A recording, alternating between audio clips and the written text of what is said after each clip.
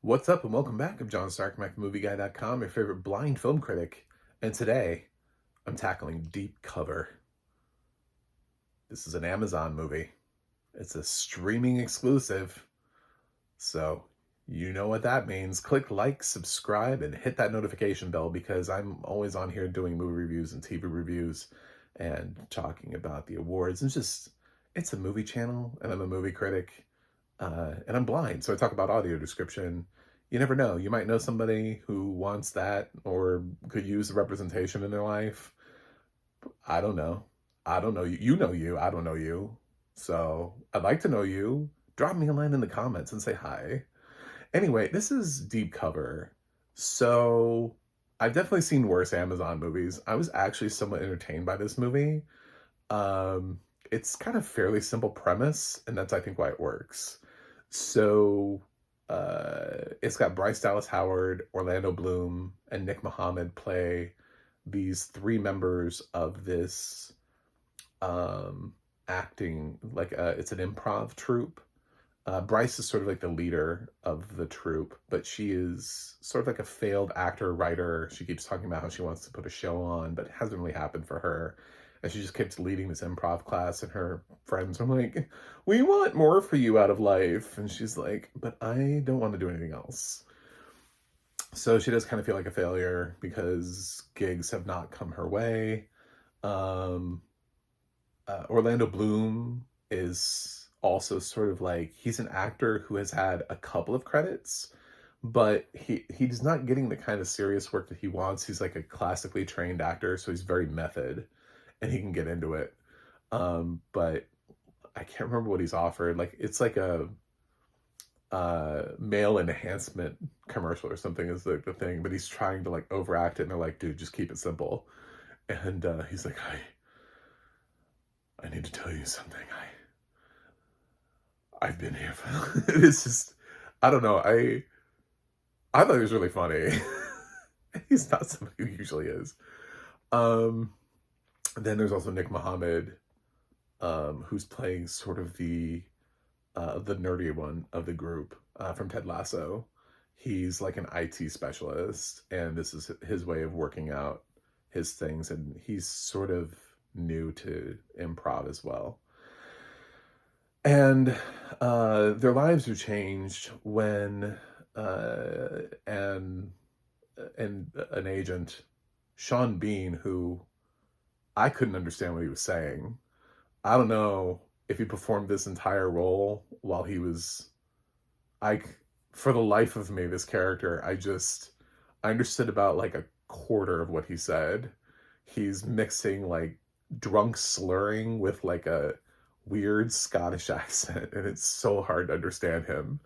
But I was like, subtitles, damn it, I can't use them, I'm blind. I like, can we dub him? I was having such a hard time with this character. I don't know, I want to say his name is Bubbles, but I know it's not true.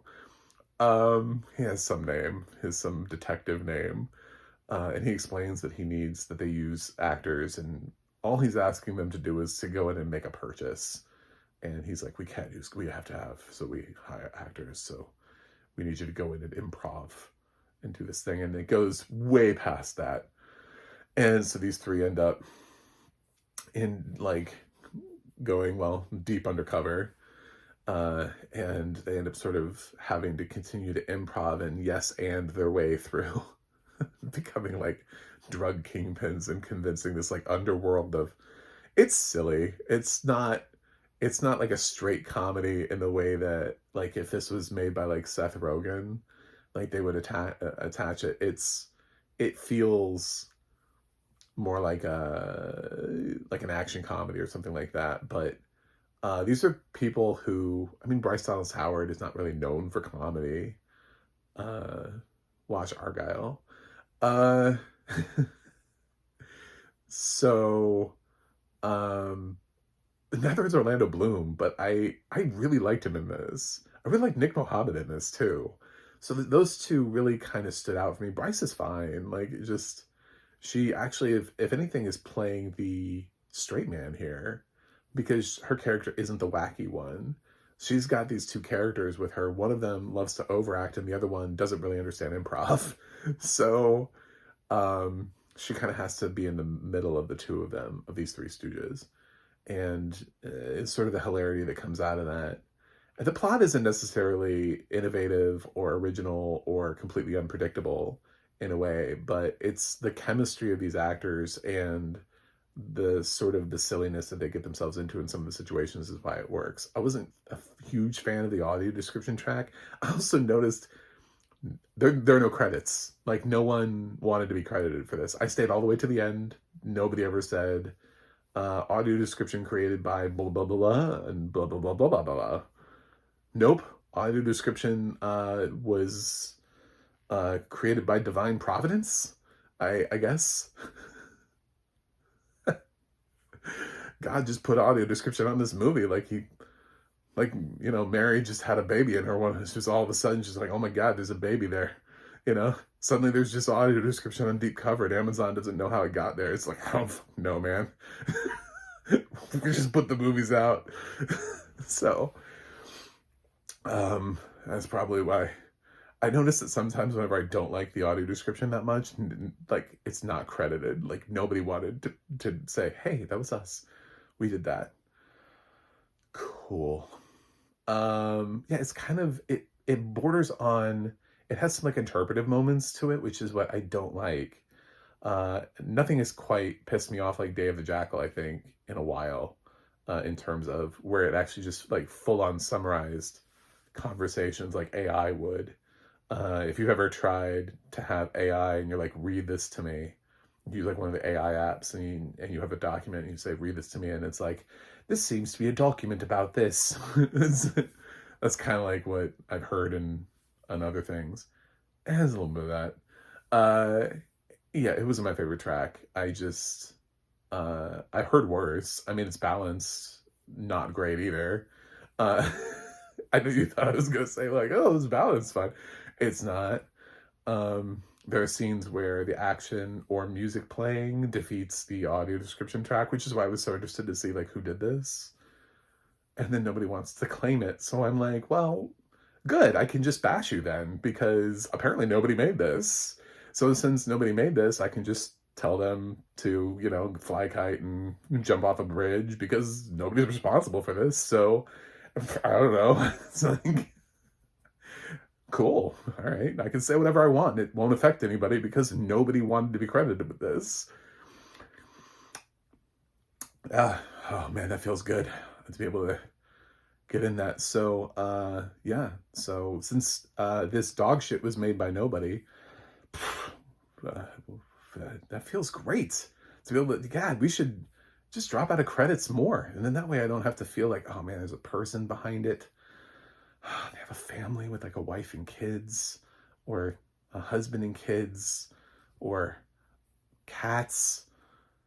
I don't have to think about anything like that. I can just tell you that the audio description for this sucks.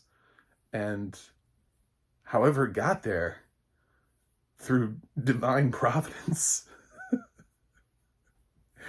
it's just, yeah. And I don't have to worry about hurting somebody's feelings because apparently nobody made this. There you go.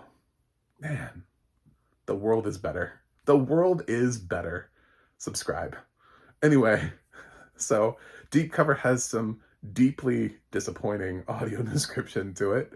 But other than that, I mean, it wasn't bad. I was oddly charmed by it at times. More so than I was by a couple of like the forgettable films that came out last year, like Canary Black and whatever the hell Joseph Gordon-Levitt did that I've already, what's that movie called that he did with them? I did like Jackpot. I had fun with Jackpot, but I think I was the only one. I'm going to give Deep Cover, all things considered, I think it deserves a B-. I'm going to be nice. Orlando Bloom and Nick Mohammed, those are performances I'm going to remember at the end of the year. I'm going to be like, those two guys were funny. I'm also going to remember the fact that I couldn't understand anything Sean Bean was saying. So there's that as well. Ray Winstone also.